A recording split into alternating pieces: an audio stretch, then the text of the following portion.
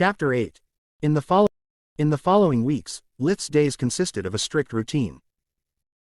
During the day, when he was all wrapped up, he would only focus on practicing the breathing technique and learning as much as he could about his family and their language. At night he would practice magic until exhaustion made him fall asleep. Then as soon as he woke up, he would start again until Alina would get up for the day. More than once he tried taking a break, but it would never last long. Living as a baby was not easy, on the contrary, was very stressful. He could not speak, even the words he had already understood to not scare his family. He could not move, he could do nothing but watch, sleep, eat and relieve his bowels. He was not used to be so helpless and dependent on someone else for every little thing.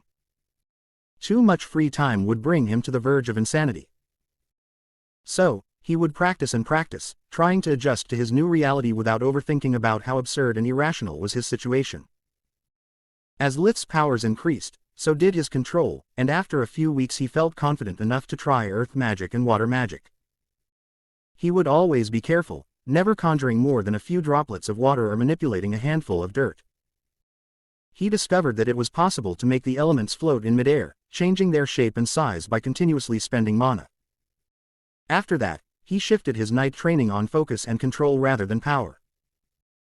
His mana was very limited and he much preferred doing few elaborate tricks perfectly rather than a lot of stuff at the risk of blowing his cover. No matter how common magic was, Lith doubted that a baby practicing it would be any less than shocking, or even terrifying. Lith was afraid of being abandoned by his family, or even worse killed. He was once again scared of death, since now he had too much to lose. What were the odds to find another world where magic existed, to be born as a baby in a loving family? Zero, none, nada, squat. He had to play his cards well, and play them as close to the vest as possible. Before revealing even a hint of his talent, he needed to know what the standards of that world were. How much talent was considered good, how much divided being considered a genius from being labeled as a monster. His mind was constantly filled with worries and only training would alleviate his anxiety.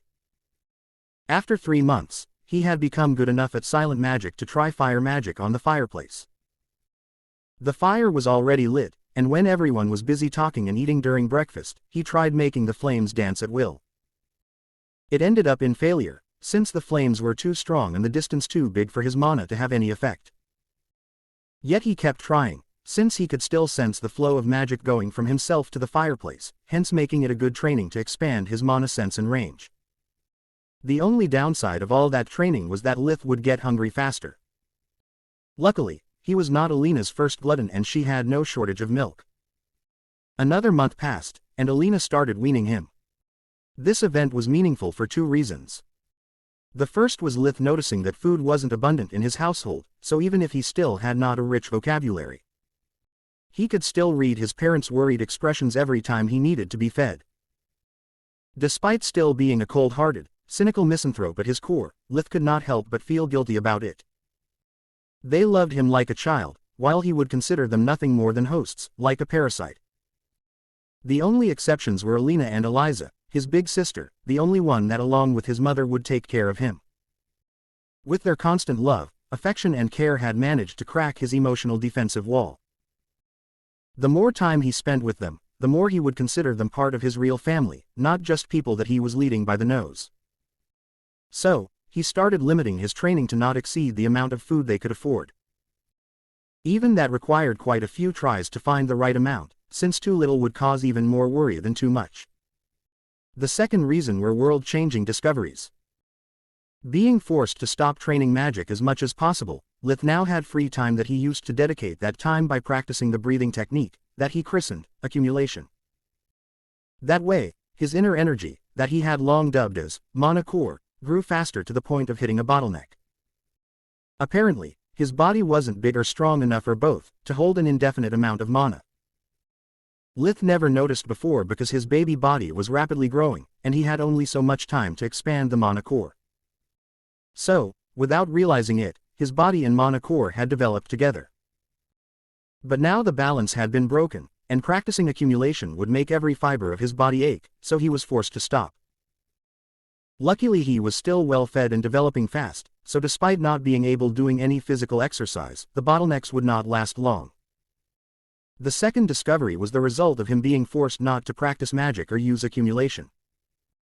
While studying his bottleneck status, he found out that it was possible to modify the breathing technique by removing the breath-holding step.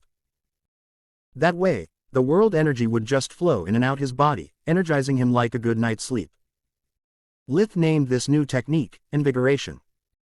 After several tries, he discovered that the world's mana could allow him to stay awake for several days, but not indefinitely. Each time he would use invigoration, the energizing effect would last less and less, and only sleeping would reset its effectiveness. But the most important discovery, as almost always happens, was made by chance. After adjusting his food intake, Lith's greatest enemy had become the hunger. Not the slight appetite that can be fixed by a candy bar or the hankering after a busy morning. It was the kind of hunger that never goes away, always lurking, even right after a meal. Even though Lith was not starving, it was something that he had never experienced. Even among all the misfortunes of his first life, food had never been an issue. He had always been able to eat to his heart content, even allowing himself to be picky about food. But now he was so hungry that he ate until the last bite, and if his body had allowed him to, he would not hesitate licking the plate clean. In the good days, when the portions were larger, it was like white noise, annoying but easily ignored. But during the bad days, either because the rations were smaller or because he had lost himself in the practice of magic consuming too much mana, it would become a thorn in his head. He would be so hungry to have a headache all day long, often feeling lightheaded and incapable of focusing. Food would be the only thing he would think or dream about.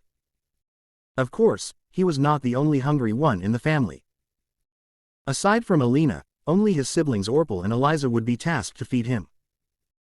And while Eliza had a big heart and strived to be like her mother, Orpal was angrier and hungrier by the day. He would often daydream about the days when he and his twin were the only children in the house. Now not only he had to fight each day for his parents' attention, but also for the food, clothes and so on. Once he had a room only for himself, then he had to share it with Tryon.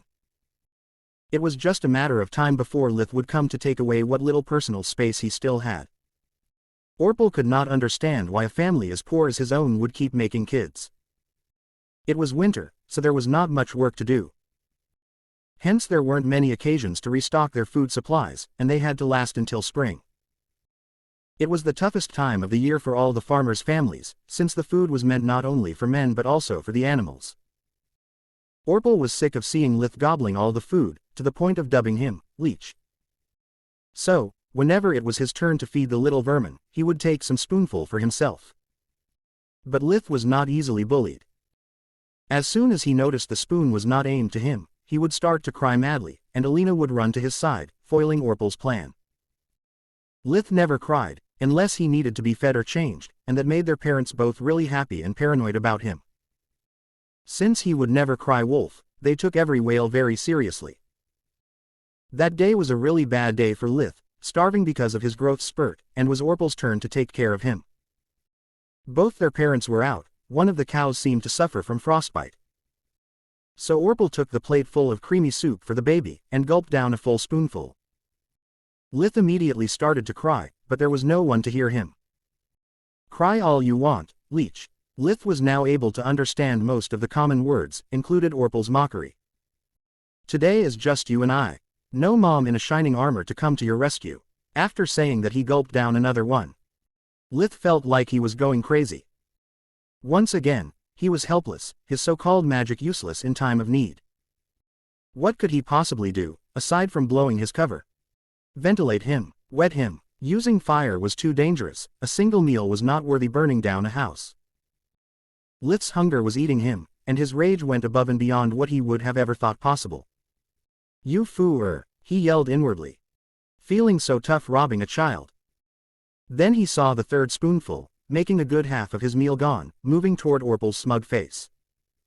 Lith's anger reached a new peak, his hatred burning like a fire. You are not my brother, he yelled inwardly. You are nothing but a filthy thief, trash. And then, more than clicking, he felt something breaking inside like a dam that could not hold the raging waters anymore. I hope you choke on that spoon, USH*T. Lith waved his arm against Orpal in a final struggle, and then it happened. Lith felt the mana going out to his body, reaching the spoon already in Orpal's mouth, and pushing it down, hard. Orpal started to choke, and after removing the spoon from his throat he started puking. Lith was so astonished to almost forget about both his rage and hunger. He had discovered something wonderful, a power that no one else in his family seemed to have. Lith had discovered spirit magic.